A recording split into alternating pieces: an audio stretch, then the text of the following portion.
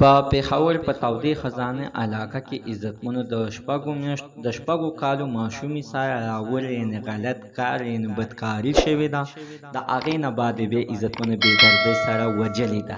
راځئ مینوالو دغه ویډیو کې تاسو موږ سره کتلی شئ چې په کومه طریقه یې وجلې او اخر څنګه یې وجلې او دغې ماشوم اخر عزتمنو د دې کار خو نه وه، ډېره زیاته سخته ماشومه وه، د شپږو کالو عزتمنو څه ماشومه ده، دې سره ظلم شوی دی، زیاتی شوی دی. تاسو په خپله باندې کتلی شئ. د دې ویډیو نه مخکې اول زه تاسو ته دا یادګینه وکړم، تاسو کو چارې زموږ په دې سوپر کلیک چینل کې نوي وئ، چینل هم نوي سبسکرایب کړئ.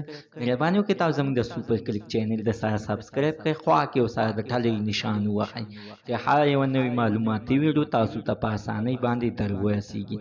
د دې ماشومې عزتمنو د تعلق د پاس د مومندو سره د مور او پلار عزتمنو ډېر زیات سخت غریبانانو د ډېر د غریبۍ د لاسه عزتمنو لاندې راکوز شوي وو چې زه به په پېښور په ښار کې مزدوري کوم، یو شل روپۍ به پیدا کوم، د خپلو د بچو زندګي به یعنې خیر کوم، ځکه عزتمنو چې د هغوی خلکو زندګي ډېره زیاته سخته خرابه وي، اوبه به راوړي. نو ده د دغې د وجې نه دلته کې په ځان باندې سختې تېره کړې، دلته یا یې د کاري کور ونه و یا یې خپل دی، خو عزتمنو لاندې راکوز شولو. دلته عزتمنو نور رشته داران هم ورسره وو، هغه خپلو رشته دارانو سره عزتمنو اوسېدو او په مازدیګري کې عزتمنو دغه جینۍ د کور نه روانه کړې ده. د دې جینۍ سره عزتمنو غټ ظلم او زیاتی شوی دی.